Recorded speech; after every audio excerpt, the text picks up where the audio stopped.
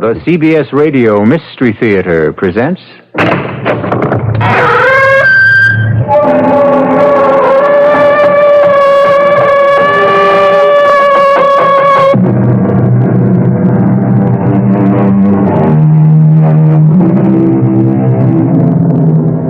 Come in. Welcome. I'm E.G. Marshall. Before you cross our threshold, perhaps I'd better warn you about something. If you can't stand the sight of blood, you may not want to hear our latest offering, because this is a story all about blood. Blood in its three variations of meaning. The blood ties of family loyalty, the blood of violent crime, and just plain human blood. Think you can take it? Very well. Then please come in, pick out a comfortable chair, and try not to be too squeamish when you hear things like this. Benny, was there ever any blood on that knife? Hey, you trying to trick me? Answer the question. I told you I didn't cut that guy. Benny. No, it was brand new. I never cut anything with it. Are you sure? Absolutely sure. Not even your own finger. No. You can fool me, kid, but you can't fool a test tube.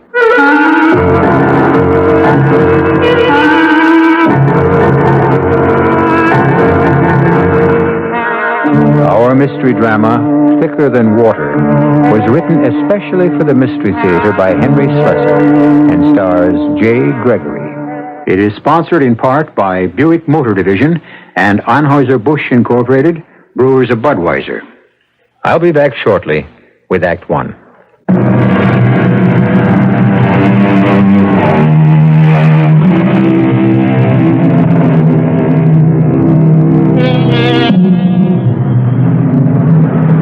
You're listening to what some people think of as jungle noises. But in this case, the jungle is what they think our large metropolitan cities have become. Stalking places for predators who prowl the darkened streets, the foliage of our parks, the isolation booths of our elevators and hallways, looking for victims to satisfy their greed, their hunger, or their simple lust for blood.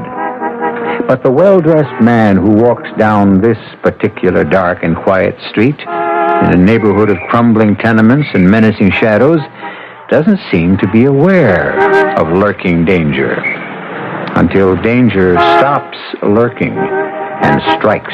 Hold it, mister. What is this? Oh, shut up. Shut up and hand it over. The wallet. Where's the wallet? Here. Give me that. And now, here's something for you. Help me.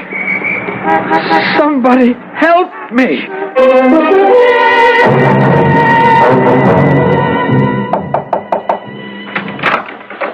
May I come in, boss? Yes, come on in, Olga. Thanks. I didn't bring you any flowers, but from the looks of this room, you didn't need any. I wish somebody would get them out of here. Place looks like a funeral home. Well, is it all right to ask how you feel? Go ahead and try. How do you feel? Don't ask. Oh, I knew I'd fall for that old gag. No, seriously, Nick, how are you? You certainly look like your old self. Yes, I'm my old self, Olga. With something extra. An 8-inch gash in my side. Oh. Fortunately, it wasn't very deep. They keep telling me I'll heal nicely. Whatever nicely means. Oh, you poor man. Why did this have to happen to you? Why not? People get mugged in nicer parts of town than the place I was at. I guess the police were right. About what? They asked me why I was dumb enough to be walking around that neighborhood like a fat cat at 11:30 at night. They say I was just begging for it. Well, why were you there? I told you. I had an appointment with Roy Otis. Talked to him about the Parsons case. I thought I could get him to drop the charges if I went to his home personally and reasoned with him. Funny thing is, I succeeded. I was feeling so pleased with myself that I didn't think about what I was doing. So you walked right into the arms of the mugger. I don't know what I'm going to do with you, boss. I suppose you've seen the morning paper. No, I haven't. Story in it? Of course, the story's in it. And guess what they say? I can imagine. Legal defender of muggers gets smugged. I'm sure they got a big kick out of that. Headline writers dig irony. Well, they don't actually call you a defender of muggers, but you are sort of number one in the field, aren't you? Roy Otis, that Wilson boy, the Fredericks case. I never meant to specialize. And I can tell you one thing. It'll be a long time before I go to court to defend some knife-wielding punk. I knew you'd feel that way. Can you blame me? No, I guess I can't, but that isn't going to satisfy Mr. Bleecker. Who? Well, don't you remember all those phone messages I've been giving you for days from Mr. Arnold Bleecker? Yes, I remember the name. I told you to tell the guy that I'm hardly in any position to take on a new case. Well, from what you said about your condition, you will be going back to work soon, right? Yeah, I'll be back at the old desk in a week, I guess. Well, that's what I told Mr. Bleecker. Olga, will you please explain that funny look on your face? It's because Mr. Bleecker wants you to defend his son. He's desperate to have you defend him. What's his son charged with? Mugging, of course. What else?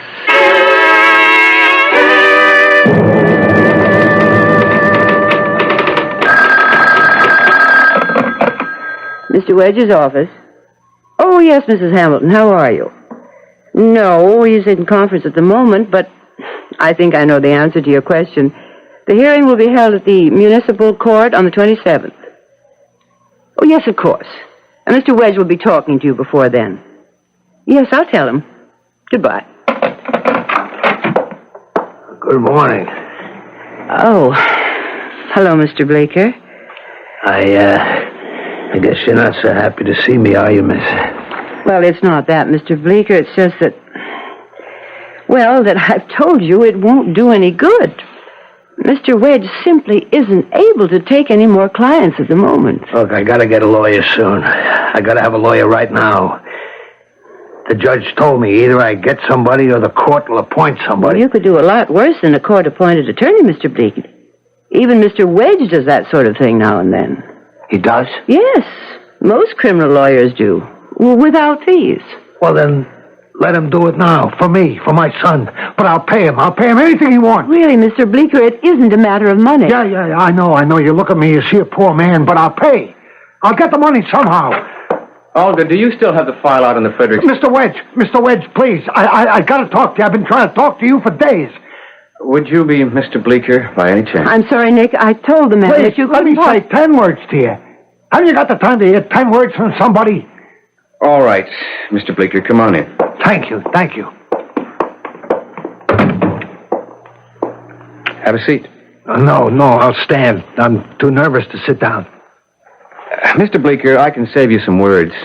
I know about your case. I know that your son has been arrested for stabbing that man. Only he didn't do it. That's the thing. It was somebody else, and they arrested my Benny. Well, I'm not saying that isn't possible. I know it's true. My son told me it was true, and I believe him. Oh, that's fine. That's the way it should be between a father and a son. But if he really is innocent, Mr. Bleecker, the chances are excellent that he'll go free. No. The chance is rotten.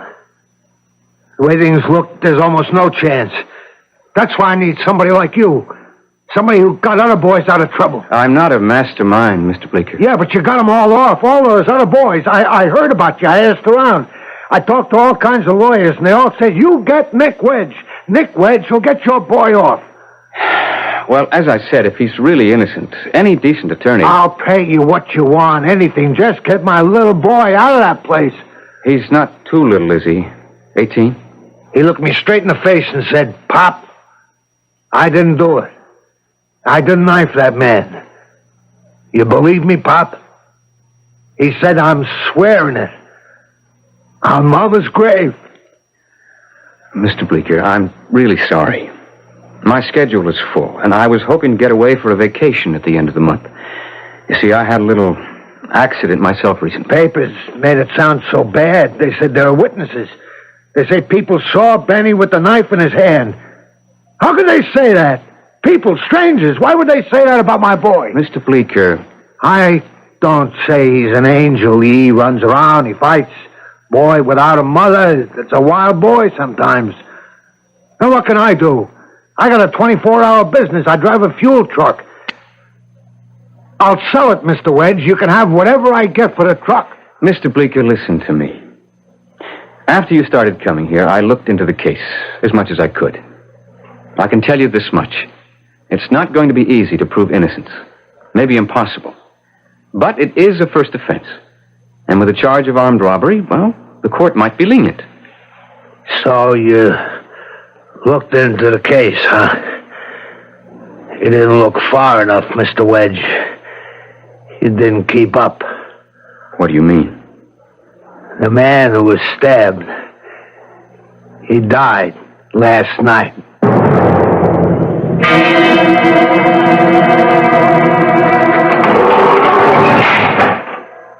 Who are you? I'm your lawyer, Benny. Maybe. You the lawyer my father told me about? One who gets everybody off? If that's what he's told you, he's wrong. Sit down, Benny. We have things to talk about. When can I get out of here? They told me I'd get out as soon as I got a lawyer. Whoever told you that was wrong, too. What about bail? My father says he can raise bail for me. Bail's been refused. What? You heard me. Now, this is a capital offense. The victim is dead. The charge is now homicide. The court has refused bail. You mean I gotta stay in this crummy place? Until the trial, yes. When's that? Don't rush it. We need every minute of delay we can get. I don't think this is going to be easy. Why shouldn't it be? I didn't stick that guy. I didn't have nothing to do with it. You admitted to the police that you were there when Kenneth Archer was stabbed. Sure I was there. I was hanging around with some guys. You were hanging around with a street gang called the Silver Stars. It's not a gang. It's like a club. We got a basketball squad and everything. Yay team. We were all just walking down the street when this guy Archer came right in the middle of us. Now, maybe one of the guys stuck him. How should I know?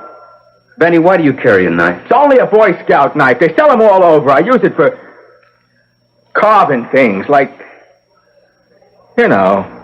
Carving what? Totem poles? Hey, whose side are you on? All right, sit down. Let's go over facts the way the cops have them down. Anytime I say something that isn't true, you interrupt me, all right? Yeah. It was 10 minutes to midnight on October 9th. You and 4 other guys, all members of the Silver Stars, were walking down Thurman Street. Kenneth Archer was rounding the corner and bumped into you. Somebody shoved him. And somebody called him a wino. And then there was a scuffle. Archer fell to the ground and everybody started running. Everybody but you. You waited behind and bent over the guy. I wanted to see if he was okay. Shut up. I don't want explanations. Just stop me when I say something that isn't factual. Now, you bent over Archer and then you ran off.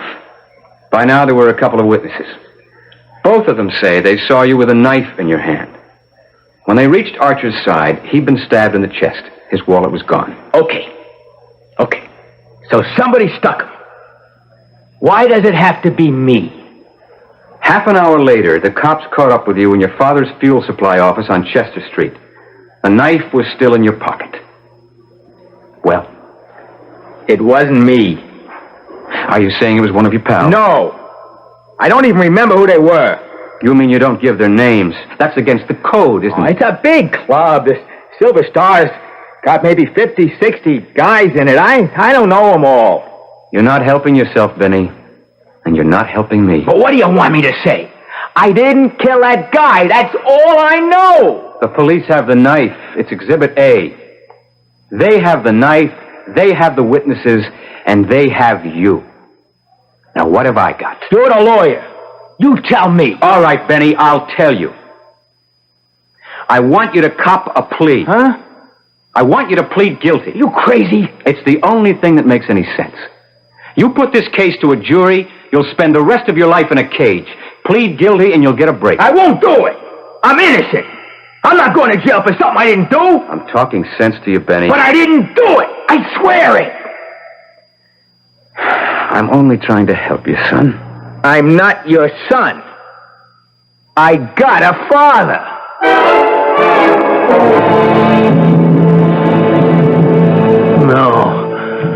No, Mr. Wedge, don't say that. You can't give up.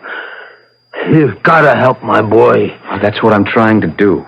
I know how you feel about kids like Benny. I know what happened to you. Well, that has nothing to do with it. If your son won't take my advice... But if he takes your advice, if he pleads guilty to second-degree murder, he'll go to jail for sure, right? Yes, he'll go to jail. For something he didn't do. Mr. Bleecker, I know you're his father, but that doesn't give you the right to ignore the facts. Look, a father's faith is a wonderful thing, but it's not a defense. Yeah. You're right. I don't know what I'm talking about. I better go. Mr. Bleecker. Yeah? All right. It's the dumbest decision I ever made, but we'll plead not guilty and then wait for a miracle.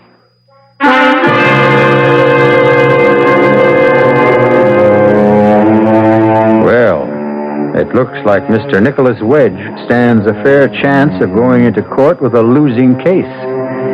They say that preparation is 9/10 of the battle for an attorney.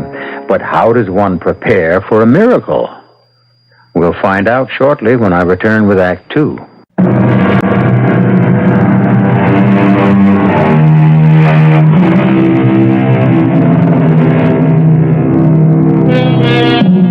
Here we are in the Criminal Courts building downtown.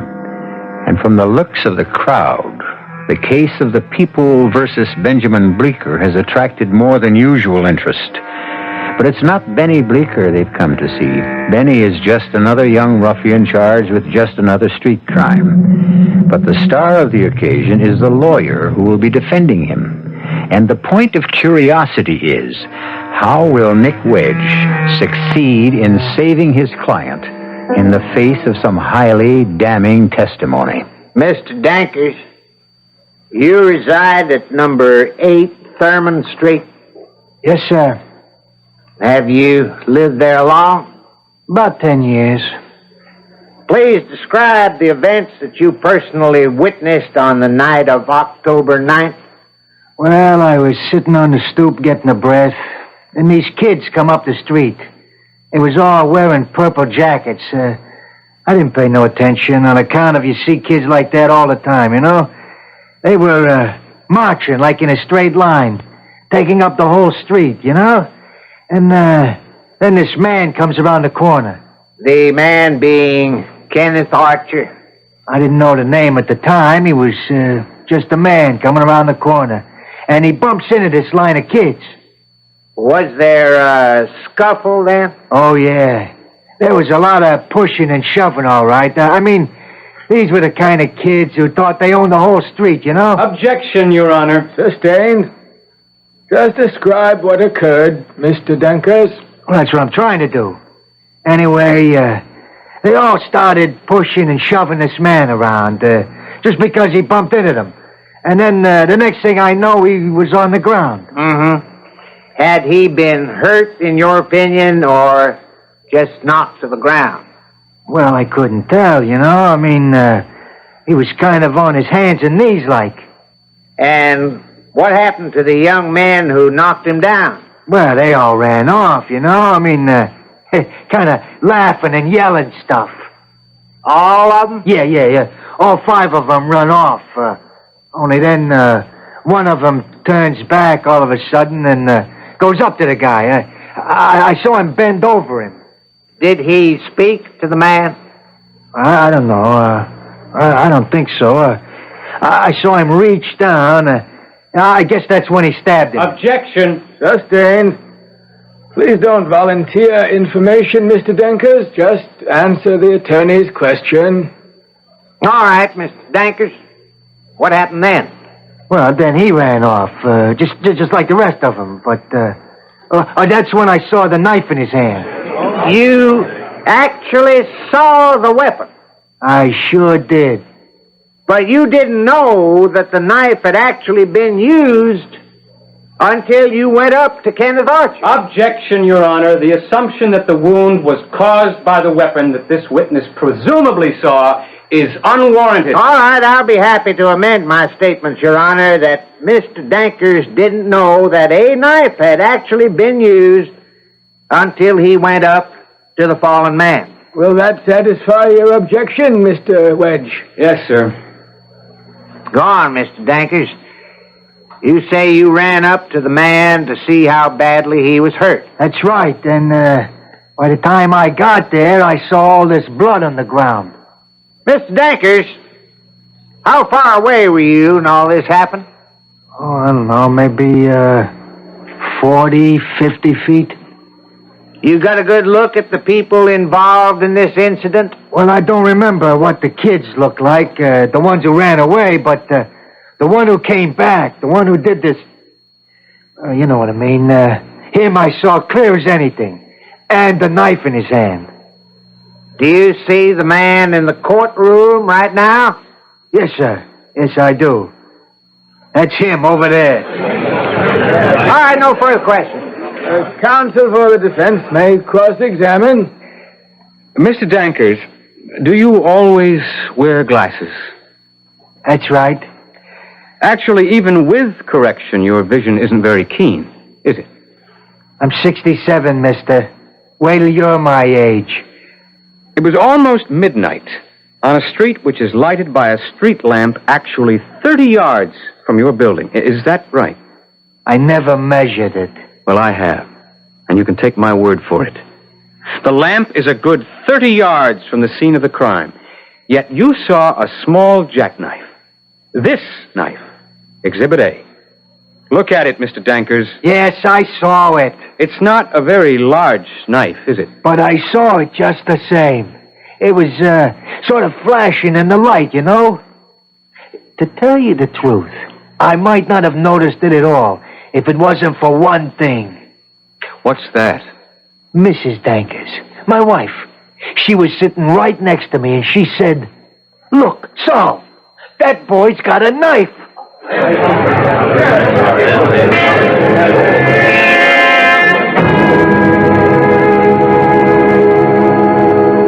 All right, Benny. Let me get this straight. You claim that you don't remember the names of the other boys who were with you that night. That's right, Mr. Wickers. Even though they were members of your own gang. Pardon me, your own social club. I just met him. I mean, look, see, we all came out of this movie together. I mean, I didn't even talk to him. Mm-hmm, I see. Benny, you do carry a knife, don't you? Yeah. I mean, yes, sir. But, just a Boy Scout knife. Not a switchblade or anything like that. In fact, you were carrying this knife on the night of October the 9th. Well, yeah, I always carry it. In fact, it was still in your pocket that night when the police picked you up. Yes, sir. By the way, son, were you a Boy Scout? Who, me? No. Uh-huh. No further questions, Your Honor.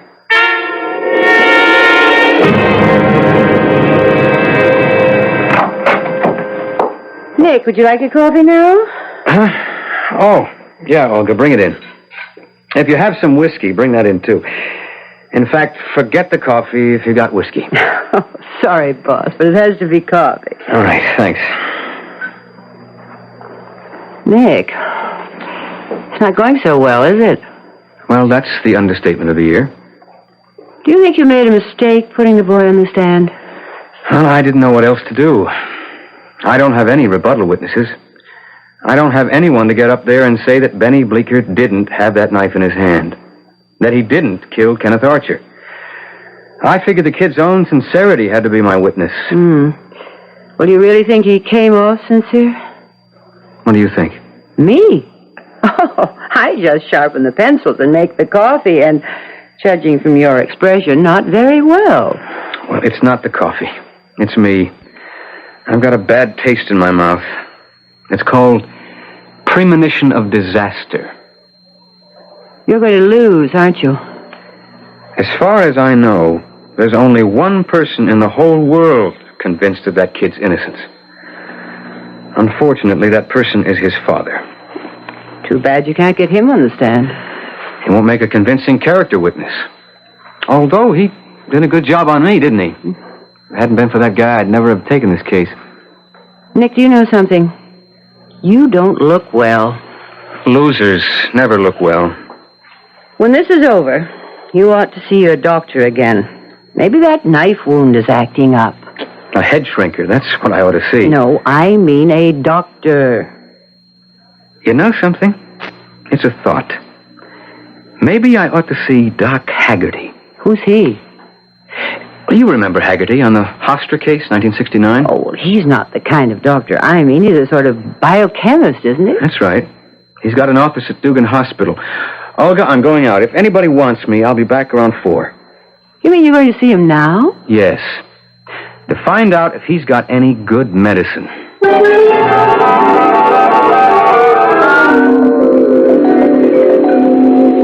I don't understand you, Nick. You say the police have already examined the boy's knife for bloodstains using the standard benzodine test. That's right. It didn't show any. But that didn't mean anything. They claimed that naturally Benny would wipe the knife clean. Well, that stands to reason. But you told me once that there was a more sensitive test for bloodstains, remember? Yes, there's another test. It's called the reduced phenolphthalein test. It's far more sensitive, in my opinion, but it's not universally accepted. Why do you ask?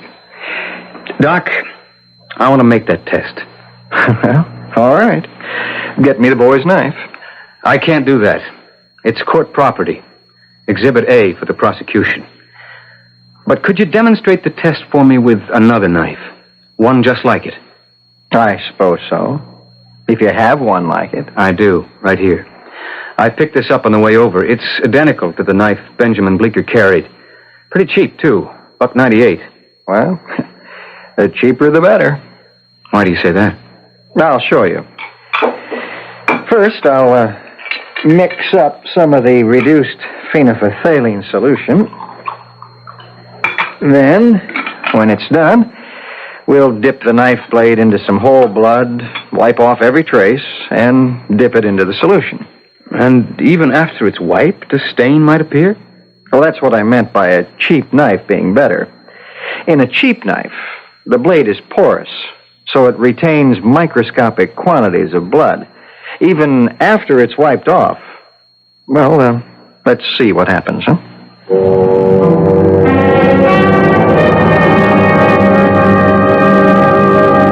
All right, Nick. You ready for the test? Ready when you are, CB. Okay. Now, first, we'll dip the blade into the whole blood. Where do you get that stuff? From vampires?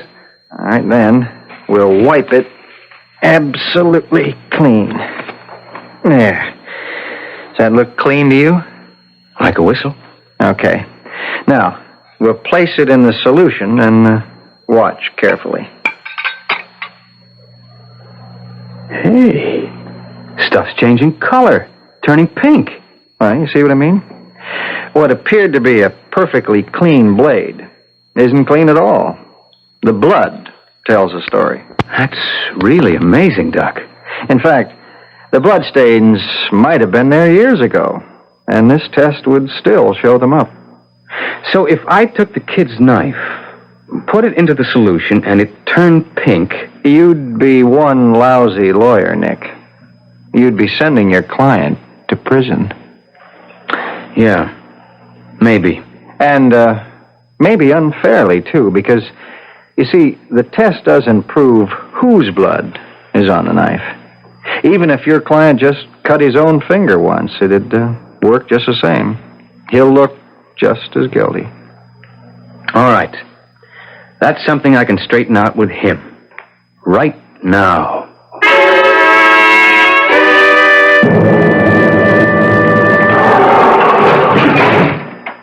Benny. Hi, Mr. Wedge. Benny, I want you to listen to me very carefully. I've got something important to ask you. I've got an idea that may save your skin, but I have to know something. And it's got to be the truth. What is it? There's a test, Benny.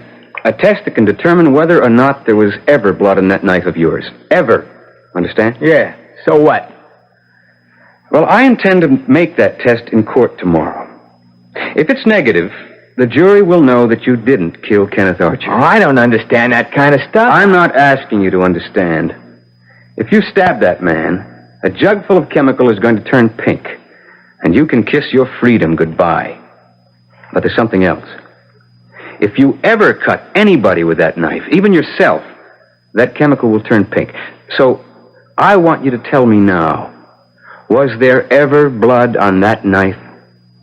Hey, you trying to trick me? Answer the question. I told you I didn't cut that guy. Benny. No, it was brand new. I never cut nothing with it. Are you sure?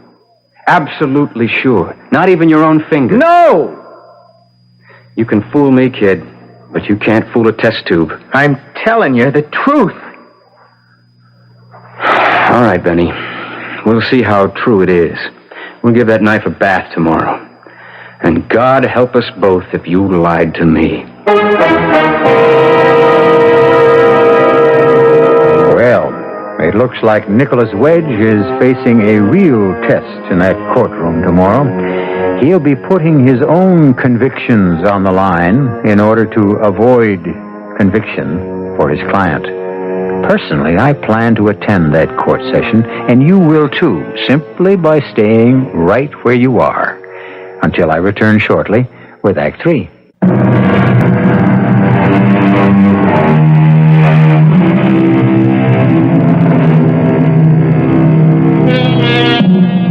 Once again, the trial of Benjamin Bleecker is a well-attended affair. But the spectators have no idea that they're about to witness a dramatic experiment in which chemical science will be matched against eyewitness testimony. But let's quiet the courtroom now because the judge has something to say. Mr. Wickers, is the prosecution prepared to make its summary? Yes, Your Honor. Your Honor. Yes, Mr. Wedge? Your Honor, something has occurred which I consider of paramount importance to this case.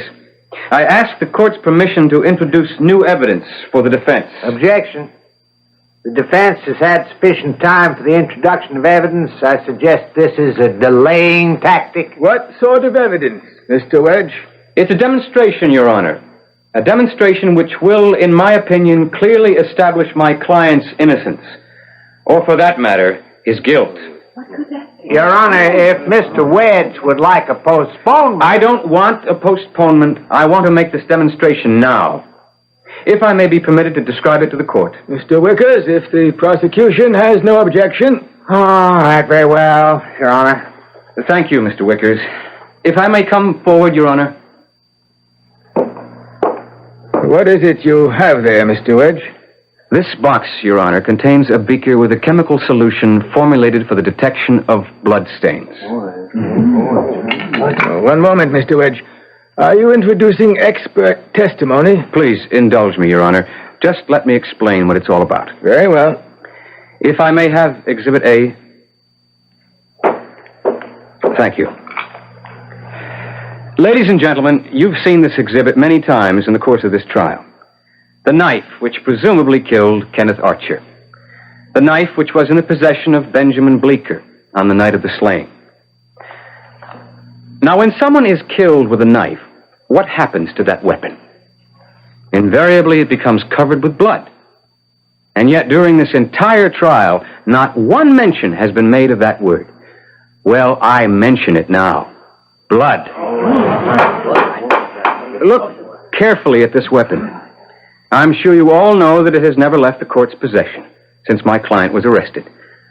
Now look at this blade. See how clean and shiny it is?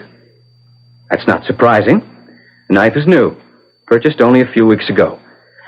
But what may surprise you is that this clean, shiny blade can still tell a story of guilt or innocence. For as every chemist knows, there is a virtually infallible test which can determine whether an object of such porous metal has ever touched even one drop of blood. Your Honor, I intend to prove once and for all whether I have been defending a young man falsely accused or a lying murderer. I intend to dip the blade of this knife in a solution of reduced phenolphthalein, the most sensitive of all blood detection chemicals. One moment, Mr. Wedge. Yes, Mr. Wickers.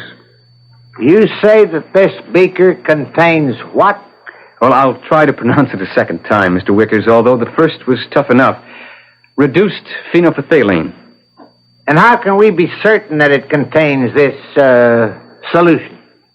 Could be lemonade, as far as we know. I have a statement here from Dr. Harold Haggerty of the Dugan Hospital, testifying as to the contents. One moment, please. If you plan to produce expert testimony, why isn't that expert here to testify? I don't plan to call a witness, Mr. Wickers. I plan only to make this test. But you are aware that the accepted blood test in this county is the benzidine test, which is... If the prosecution will allow me to conclude my statement... Mr. Wedge, do you presume to be a greater expert in forensic chemistry than the county police laboratory? I'm not presuming anything. I'm telling you that if the knife blade turns this solution pink, it will prove beyond a doubt that there was blood on Benjamin Bleeker's knife. But if it remains clear... Your Honor, objection. State your objection, Counselor. This is the most ridiculous and flamboyant thing I've ever seen in the courtroom. The police laboratory has already made the standard test of the weapon and found no bloodstains on the knife. It was wiped clean. But, Your Honor, the sensitivity of this test At no time during this trial has the prosecution denied that absence of bloodstains. Mr. Wedge is planning to demonstrate something we already know, using a test which is not accepted as standard laboratory procedure. I suggest that this so-called demonstration is pure theatrics, intended to mislead and confuse the jury. Mr. Wedge, the court must agree with the prosecution. You are not a qualified expert in forensic chemistry. Mere corroboration of the police laboratory report is gratuitous evidence which must be considered inadmissible. But my client was willing to have me make the test. Don't you see? He knew the chance he was taking. I'm sorry, the demonstration is improper. The objection is sustained. But, Your Honor... Sustained, Mr. Wedge. You cannot make the test.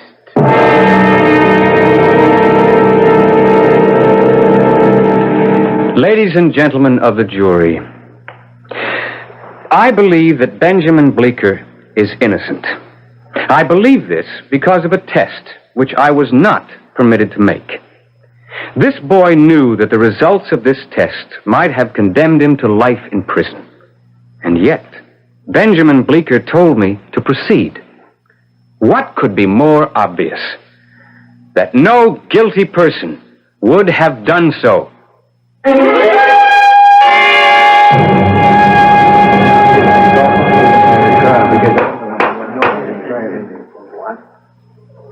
Will the foreman of the jury please rise?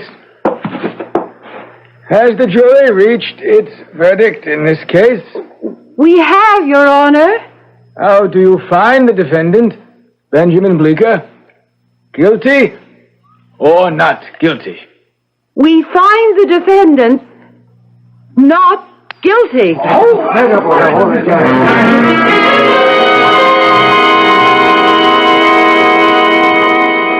Bless you, Mr. Wedge. God bless you for what you did out there. Yeah. You really did a job on him, Mr. Wedge. Gee, thanks a lot. I didn't ask you in here to congratulate me. I had another reason. Yeah. I know we should talk about the fee. No, Mr. Bleeker. It's not my fee I'm worrying about. It's my conscience. Your conscience? Why? Because of what I just did. Yeah, but you saved my boy. Yes, I know. But in order to do that, I had to resort to exactly what the prosecuting attorney called pure theatrics. What? I don't understand. I didn't want to make that test. Do you understand? I didn't want to make it. Didn't even plan on making it. I would have had to, I suppose, if there was no objection. But that was the chance I took. Wait a minute. You didn't want to? If the stuff in this beaker had turned pink, it would have been all over for your son. I was counting on the prosecution objecting. I wanted their objections because I thought the jury would be impressed simply by the fact that we were volunteering this experiment. Yeah, but if you had made the test, it would have been all right, too. How do you know? No, because it would have been. Because what my son said was true. Well, there's only one way we can really know that, isn't there? You see this, Mr. Bleeker? Hey, that's my knife. That's right. Exhibit A. What are you going to do? We're going to make the test that judge wouldn't allow. We're going to make it privately, just for us. But why? What does it matter now? It matters to me. That's why. Hand me that knife, please. The knife? Give it to me. Don't you want to know the truth, too? The truth. Pop! Pop, for the love of... Pop, what are you doing? Bleeker, what are you doing with that knife? I'm cutting myself with it, Mr. Wedge. Cutting my hand with it. Pop, are you crazy? Here, Mr. Wedge. Here's your knife. Make your test now.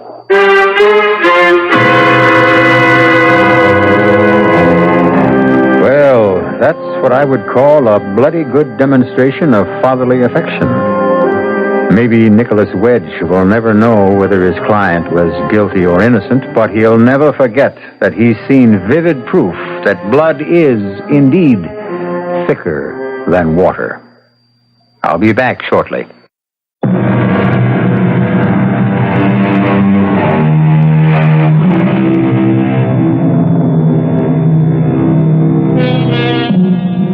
I hope you noticed something at the beginning of this program. I warned you that if you couldn't stand the sight of blood, you might find this story too gory for your tastes. But, of course, you haven't seen any blood flowing on the Radio Mystery Theater. You imagine it. And perhaps that's the most gruesome experience of all. We hope that you'll return for another gruesome experience. Our cast included Jay Gregory, Robert Dryden, Bob Caliban, Grace Matthews, and Ira Lewis. The entire production was under the direction of Hyman Brown.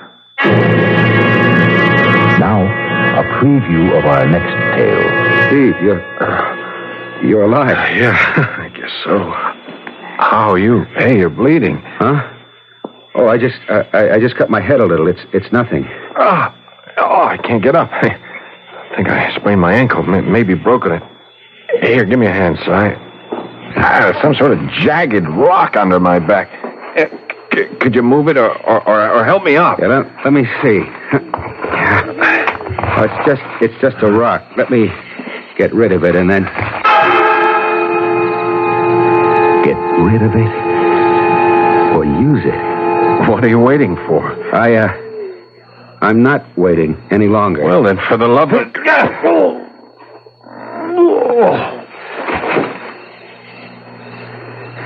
This time, you are dead. Radio Mystery Theater was sponsored in part by Anheuser-Busch Incorporated, Brewers of Budweiser, and Buick Motor Division. This is E.G. Marshall inviting you to return to our Mystery Theater for another adventure in the macabre. Until next time, pleasant dreams.